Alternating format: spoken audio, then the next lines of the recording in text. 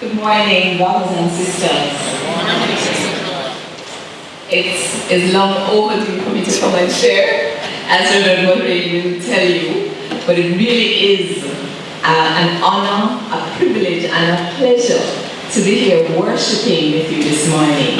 I truly am sensing the presence of the Lord through His Holy Spirit. Now I see the time, I don't know what time we normally end church, and so I am going to be as brief as I possibly can be this morning. Now in 2009, I resigned my post as ethnomusicologist for the Americas area with Wycliffe Bible Translators. And what I was doing with Wycliffe in West Africa and later on in the Americas area was to work with musicians in the churches to help them write new songs for church that use their own language and their own music. Yes, it began to dawn on me that I was helping other people to accomplish something that my own people didn't have. A collection of songs in a Fiwi-Ona language and Fiwi-Ona music. But it wasn't until I went to do a Bible study in an inner city community, 2009, that I got the full picture of how necessary something like that was. So we were using the story of the prodigal son, and because I knew the translators for the Jamaican New Testament, they would give me passages to use in ministry. So I had gone into children's homes, etc.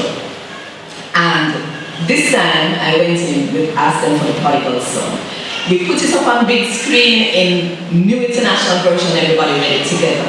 And then I read it in the Jamaican language. The atmosphere in the room changed. People got involved in the story in a way I've never seen people interacting with scripture. And when I was finished, a lady said something that changed the course of my life, because that was when I realized that this was my life calling. And I'll soon clarify what that life calling is. But she said, with the English, for me, it was just words on a page. But with the Jamaican, what we call patois, she said she could see everything in vivid color. She said it became alive to her. And then she went on to explain that she doesn't think in English, she thinks in patois. So what that means for her is that whenever she hears anything in English, she has to take time to process it. And while she's doing that, a lot of things are passing her by. And in that moment, the veil was removed from my eyes, or the scales from my eyes, because you see, I learned English first. We were not allowed to speak patois in my house. So I learned English first. It didn't dawn on me that there are people who think in patois, seriously. And maybe there are some of us here who think in patois too. So please forgive me for all those years when I just didn't stop to think about you. And so I realized that in Jamaica, if we are to disciple this nation, so that this nation can disciple the nations of the world, we are going to have to change some of what we do. We are going to have to make sure that our people hear God speaking to them in their heart language. So I came here today, I said I was going to make this as easy as 1, 2, 3. I was going to share one mission to spread the gospel, the message of Jesus Christ, using the heart languages, the heart musics, and other artistic, indigenous artistic expressions of the people. That's the mission of Crew 44. CREW, by the way, is an acronym for Culturally Relevant Expressions of Worship, and you can see it right up there on your screen. And the 44 is from Isaiah chapter 40, verse 4, which is one of the 2 songs I'm going to share with us. So it was 1 mission, 2 songs, and 3 stories. I've already done 1 story, so we have 2 short stories left. But this song is based on Isaiah 40, verse 4, which is repeated in Luke chapter 3. I couldn't find my English Bible one morning to have devotions, so I had to choose between the Spanish Bible, the French Bible, and the one book of Luke, which was all we had at the time in Jamaican language. And the Lord led me to use the book of Luke, and the words in Jamaican settled in my spirit so deeply that when I went up for my morning walk, this song came out, and it's track 11, my brother. Clear the way, make the Lord come true.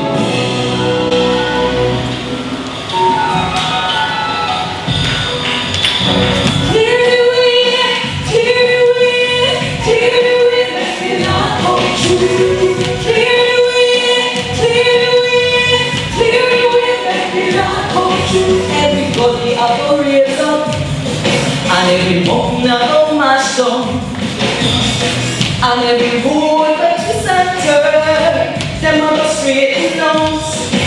Everybody I go raise up, and every mountain I go mash down, and every road that we center, them I go straighten out. And everybody say glory, glory, glory.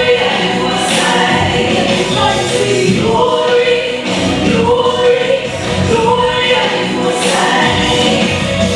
Never say I got it so, and if I got it so, I saw it so. Never say I got it so, and if I got it so, I saw it so.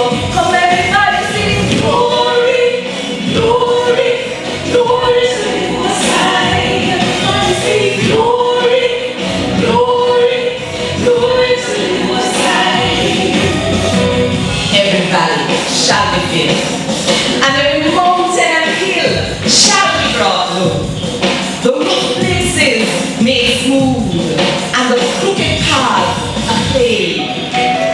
And the glory of the Lord shall be revealed, and all flesh shall see it together. The mouth of the Lord is opened.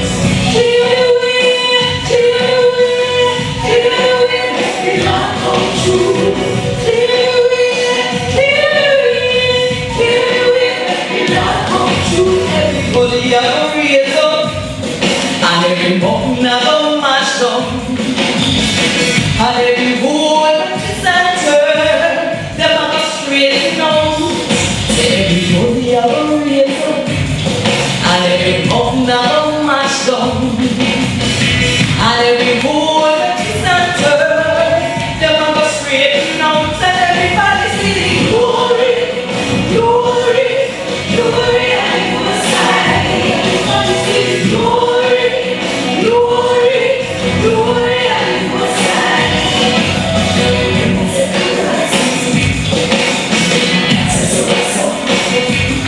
Listen, if I say God said so, and if God said so, I saw it go. Come everybody sing glory, glory, glory to the Most High. Everybody sing glory, glory, glory to the Most High.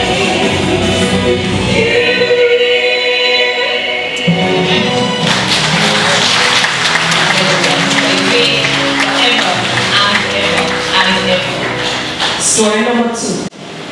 And before I share this story, I must tell you, I do not work alone. So I'm very happy to have my husband Marcel on board with me. We're going to say it was at the wedding, him and Roger, and Philippa. No, Philippa wasn't there, her mom was there, right? So they witnessed it happening. And Josh, who is visiting from Seattle to serve the ministry, capturing as much of what we do as possible so that we can share it with many more persons. If you go on the website, there's a whole lot of information. You can sign up for the newsletter, as you can see, so that every fortnight you can get short prayer requests so that you can join us in prayer. You can hear how you can become involved in the ministry. A few years ago, I took a team up to Stony Hill Remand Center, which is no longer there. Juvenile boys, and we heard earlier how our boys really are in need of rescuing. And so I went there really just to, I was asked to come and read from the Jamaican New Testament. Then again, it was just the book of Luke. So we read the story of Zacchaeus. Somebody read it in English first. And the boys were just sitting there. Well, they can't misbehave because they're under manners. They're in prison, but they were just not engaging at all. It was as if we weren't talking to them. And then I started reading in Jamaican, and all of a sudden the lights came on in the eyes. The faces became alive, and they started interacting with the story. When I was finished, they clapped. I've never heard people clapping scripture before, but it's like it's entered into their bellies somehow. After that, somebody else was scheduled to give a message, but somehow whoever was leading decided to say, I don't know if Auntie Jo has something else she wants to share.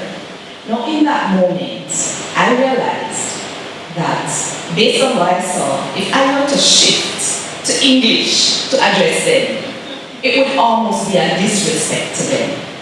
Because I could see that they were not interacting with English, but they were interacting with their heart language, Jamaican language. So I prayed for Holy Spirit because I had never done anything like that before.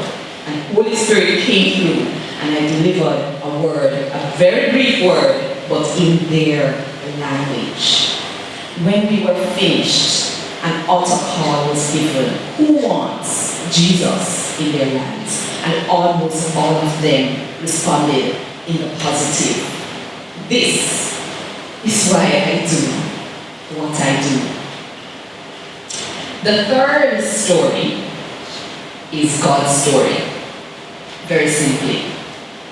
John chapter 3, verse 16. These three stories are why I do what I do.